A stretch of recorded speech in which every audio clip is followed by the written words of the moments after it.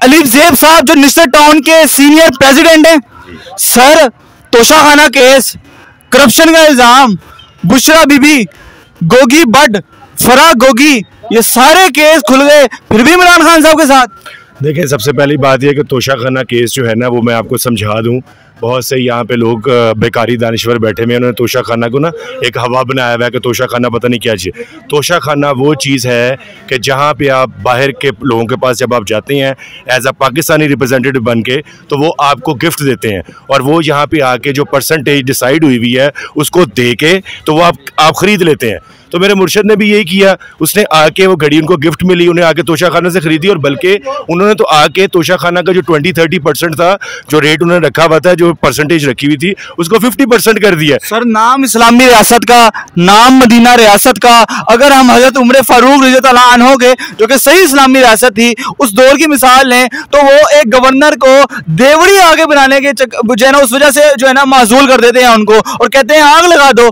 तो तोशाखाना केस फिर तो सही आवाम कहती है। देखिए, सबसे पहले तो आप जिनके साथ उनको मिला रहे हैं ना, उनके साथ मिलाना बनता ही नहीं है। नहीं, नाम रियासत मदीना का, कौस के साथ रियासत मदीना का, देखिए रियासत मदीना का एक आप इस चीज़ पे शुक्र अदा करें कि कोई तो माँ ने ऐसा सबूत पैदा किया है जो रियासत मदीना की बात करता है। इससे पहले तो छीन लो, खींच लो, कत्ल कर लो, खा लो, दिहाड़ी बना लो, ये कर लो, किक्स बैक ले लो। तो अगर उससे मदीना की रियासत का कॉन्सेप्ट दिया है तो वो इस पर काम भी कर रहे हैं और वो काम आपको उनका नजर भी आ रहा है कि वो जो काम कर रहे हैं। और आजिज़ाना सवाल अभी भी वहीं का वहीं है कि घड़ी सीट को मिली, घड़ी इमरान खान साहब को नहीं दी, शेख साहब ने। देखें, अगर घड़ी सीट को मिली है तो उन्होंने तोशाखाना को पे करके ली है, जबरदस्ती चोरी नहीं की है।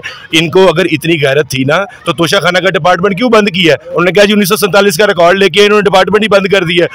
आप अता तारड़ के जो बाप को, रफीक तारड़ को जो चीज़ें मिली है ना, कभी वो निकल आए ना तो आधा कर्जा पाकिस्तान का माफ़ हो जाए जितने गिफ्ट इन्होंने चोरी किए हैं। इनको खुद तो ये इनकी करतूत इतनी सी है कि ये अपने घर से 1986 में इस तरीके इस्तक़लाल का इलेक्शन साइकिल पे लड़े थे तो ये वो हार गए थे। ये एम्पायरों के बगैर अपने महल्ले का इलेक्शन नहीं जीत सकते, इन्होंने पाकिस्तान में हुक्मरानी क्या करनी है। ये कमज़ोर से एक पपिट थे, गेट नंबर 4 की पैदावार है ये एस्टेब्लिशमेंट के मोरे हैं। इन लोगों को लॉन्च किया गया, बाहर के रॉ के एजेंट कहते हैं कि हमने इस पर इन्वेस्टमेंट की हुई है। इनकी आप बिजनेसेस देखें, इनकी आप बाकी चीजें देखें, सब इंडिया के साथ, इनका तो पाकिस्तान में कुछ भी नहीं है। आज देखें, ये जब होते हैं ना हुकूमत में तो तब ये गला पकड़ते हैं, जब ये हुकूमत में नहीं होते हैं तो फिर ये पांव पकड़ते हैं और चाटते भी बहुत अच्छा, ये तो आपको पता ही है। सर एस्टेब्लिशमेंट जब तक इमरान खान साहब के साथ थी, ये तो इमरान खान साहब ने भी तस्लीम किया कि जब मैंने 3.5 साल बाद बाजवा साहब को एक्सटेंशन दी तब बाजवा साहब का रवैया मेरे खिलाफ जो है ना बदलना शुरू हो गया। यानी उससे पहले आप मानेंगे कि एस्टेब्लिशमेंट साथ थी इमरान खान साहब के साथ और इमरान खान साहब जो भी थे एस्टेब्लिशमेंट की वजह से थे। नहीं, ये तो सबसे पहले आप बयानियां चेंज करेंगे। अगर मुर्शद इमरान खान अगर एस्टेब्लिशमेंट की वजह से होते ना तो आज उनको ये जो पीछे ज़िमनी इलेक्शन हुए हैं ना, इतनी बुरी शिकस्त ना होती।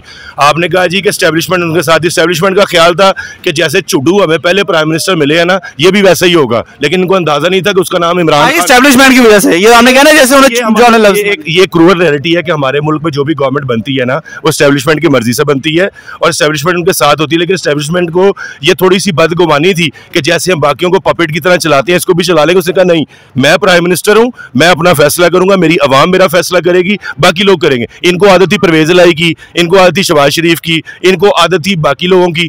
तो बात यह है कि ये इमरान खान है, इनको वो किसी, आपको पता है ना, तो वो किसी से कंट्रोल होता है। अगर वो कंट्रोल करने वाला होता तो वो अपनी सीट की कुर्बानी कभी ना देता, इनके पाँव में जाके बैठ जाता। आज जाना सवाल, 2 सवाल आपसे पूछूंगा। शाह महमूद कुरैशी साहब लेफ्ट विंग से ताल्लुक रखते थे माजी में, शेख रशीद साहब मुख्तलिफ, आप पीटीआई के रिकान उठा के देख लें, लेफ्ट साइड से उनका ताल्लुक था, आज राइट पे आगे गुनाह माफ हो गए। देखिए जी, बात यह है कि सियासत में ना हमेशा अपने दरवाजे खुले रखते हैं, ये सियासतदान का सियासत में होता है। ये पॉलिटिशियन हमेशा अपने बातचीत के अपने सारे आने के रास्ते खोलता है, अगर वो रास्ते बंद कर दे तो वो पॉलिटिक्स नहीं कर सकता। एक चीज़, दूसरी चीज़ ये है कि नून लीग में भी बहुत से पीटीआई के लोग हैं जो गंदे अंडे हमने 20 निकाले हैं, जो खुद ही निकल गए हैं, उनके बारे में क्या ख्याल है। और जिस बंदे को ये बदगुमानी है ना कि हम लोग बहुत बड़ी कोई चीज़ है, तो उन्होंने इमरान खान से लदा होकर देख लिया कि उनकी करतूत क्या है, उनकी औकात क्या है, लोगों ने उनको बता दी है। अपने जीते हुए हल्के हार गए हैं वो, मतलब इमरान खान को उन्होंने छोड़ा है, अपने जीते हुए हल्के हार गए हैं। ये बात तो मंजूर है, लेकिन बहुत से लोग कहते हैं इमरान खान साहब ने ऐसा नौजवान नस्ल में बदतमीजी का जो है ना अंसर पैदा कर दिया है कि वो सारे कहते हैं तोड़ा कुत्ता कुत्ता साडा कुत्ता टॉमी। नहीं, देखें, बात पता की है, बात यह है कि ये लोग तो डंडों के काबिल हैं, इनसे तो सिर्फ बात होती है। जो ये हरकतें हमारे साथ कर रहे हैं, जो हमारे बाप की उम्र के, हमारे दादा की उम्र के लोगों को ले जाके नंगा कर रहे हैं, उनको मार रहे हैं, उनको करंट लगा रहे हैं। शहबाज गिल को आपने देखा है, वो उन्होंने एक एग्जाम्पल सेट कर दी है कि हमारे खिलाफ बोलोगे तो ये हाल करेंगे। उसका मतलब उसको जाती तौर पे, इनरली तौर पे इतना को मजरूह कर दिया हुआ है कि वो बंदा आपने देखा बिल्कुल डाउन हो गया। तो ये हमारे लिए जितनी मर्जी मसाले बनाएं, जितनी मर्जी चीज़ करें, बात आप करे थे बदतमीजी की, तो बात सिर्फ इतनी सी है कि वफा करोगे वफा करेंगे, जफा करोगे जफा करेंगे। हम आदमी हैं तुम जैसे, जैसा तुम करोगे अब वैसा हम करेंगे। वाह वाह, क्या शेर है सर। आखिरी फिर मैं अपने सवाल पे वहीं घूम फिर के आऊंगा, इस्टेब्लिशमेंट थी ना साथ सर, मान लें। देखिए इस्टेब्लिशमेंट, मैंने आपको कहा ना इस्टेब्लिशमेंट साथ थी और ये सारी चीज़ें आपको पता है, इस्टेब्लिशमेंट अपनी जगह पे है, लेकिन इस्टेब्लिशमेंट को ये गलत फहमी थी कि जैसे हम बाकियों को कंट्रोल करते थे इसको भी कर लेंगे, वो इनसे नहीं कंट्रोल हुआ।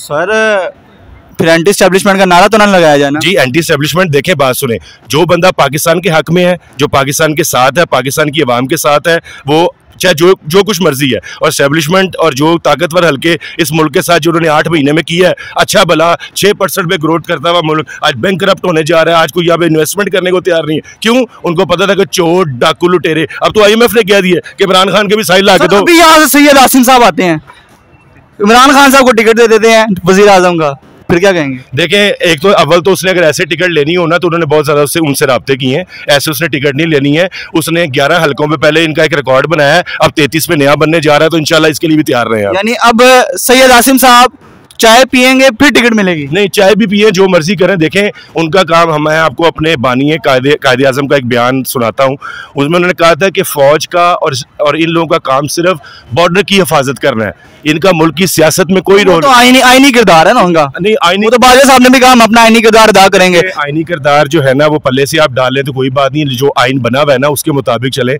इस मुल्क में ये रेमेडी चलती आ रही है कि ताकतवर जो लोग हैं उनके कहने पर एक पपेट वो अपना बिठा देते हैं, फिर उसके बाद उस पपेट को उसकी वो धागे खींचते हैं, उसके मुताबिक वो नाच करता है, तो उसने नहीं किया। एक और आजिज़ाना सवाल मेरी तरफ से, अगर आप इजाजत दें, आपका वक्त ले रहा हूं मैं। ये आसिम साहब है हमारे माशाल्लाह चीफ ऑफ आर्मी स्टाफ, पहले बाजवा साहब थे, तो सर एक वक्त था कि ये जब ये मरीम नवाज साहिबा, ख्वाजा आसिफ साहिबा, साहब ख्वाजा आसिफ साहब, साद रफीक साहब, ये सारे फौज के खिलाफ ट्वीट करते थे, इमरान खान को जो है ना फौज का एजेंट करार देते थे। तो ये सारे PTI के कारकुनान इमरान खान साहब की हमायत करते थे वाले से कि फौज जिंदाबाद, फौज को मुर्दाबाद कहने वाला वो मुर्दाबाद।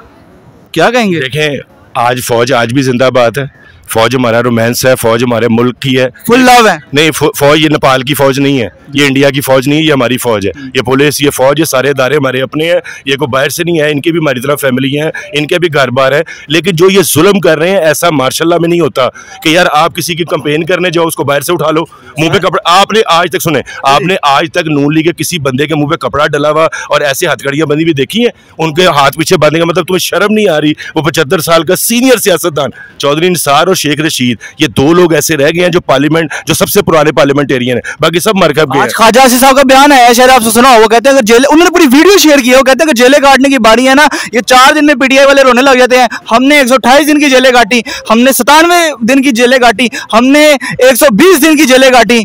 देखें, बात पता क्या है, जो इन्होंने जेलें काटी है ना, यहाँ पे ना ऐसे बहुत से लोग होंगे, B क्लास जेल जो है ना वो हर बंदा काट लेता है। इनको ये पुलिस वाले से पूछे, जो आम, जिन्होंने टायर चोर, साइकिल चोर, गाड़ी चोर, ये जिन जिन जगहों पे रहते हैं, वहाँ एक रूम में 9 बंदे। भुट्टो की जेल आपको वो याद है? ज़ियाउल वाली जेल। भुट्टो की जेल जो है ना, वो जिस बंदे ने उसको जेल दी थी, आप उसका किरदार देखें, इनके देखें, मैंने आपको बताया जो जेल इन्होंने काटी है ना, अगर ये दूसरी वाली जेल जो शहबाज शेख रशीद के साथ हो रहा है, शहबाज गिल के साथ हो रहा है, आजम स्वाति के साथ, ये 7 घंटे नहीं वैसे निकाल सकते, 8वें घंटे ये वो काम भी बताएंगे जो उन्होंने नहीं किए हुए। तो ज़ियाउल हक साहब के दौर में चौक में खड़े होकर कोड़े मारे गए। जी बिल्कुल मारे गए, मार्शल का दौर था ना, डिक्टेटरशिप थी ना, डिक्टेटरशिप तो ऐसी है ना, तो अभी भी ऐसे ही है। अभी क्या हो रहा है? अभी आप यहाँ पे जाके किसी के सामने PTI का नारा लगाए, आपको उनको पता चले आप PTI के बड़े एक्टिव कारकुन है, तो ये दावा मुस्तरद हो गया कि जो हमने जेलें काटी हैं पहले किसी ने नहीं काटी। नहीं, देखें, जेलें जिसने हम लोगों ने जो जेलें काटी है ना, जो हम लोगों को ये मार कुटाई कर रहे हैं और हमारे बाप दादा की उम्रों को नंगा कर रहे हैं, बीवियों के साथ वीडियो दे रहे हैं। नहीं, वो तो ज़ियाउल हक साहब के दौर में पीपल्स पार्टी वालों को भी नंगा किया गया था। नहीं, वो देखें, हमारे साथ बुजुर्ग मौजूद है, उनसे आपको मतलब उन्होंने आंखों देखा। देखें, वो लोग जो है ना, वो उन्होंने डिक्टेटरशिप की काटी थी, उन लोगों की इस चीज में कोई दो राय नहीं है। पीपल्स पार्टी तब तक थी जब तक बीबी जिंदा थी, उसके बाद वो जरदारी माफिया बन चुका था। और बेनजीर भुट्टो एक जीरक सियासतदान थी, फाइनेंशियली वो भी करप्ट थी, लेकिन जीरक सियासतदान थी, उसका कद बड़ा था। ये तो चुड्डू से लोग हैं, ये तो 2 घंटे नहीं रह सकते। मैं आपका मौका बिल्कुल समझ गया जी, आपकी आवाज आगे तक पहुंचा दी जाएगी। बहुत बहुत शुक्रिया आपका, जज़ाकल्लाह। Thank you.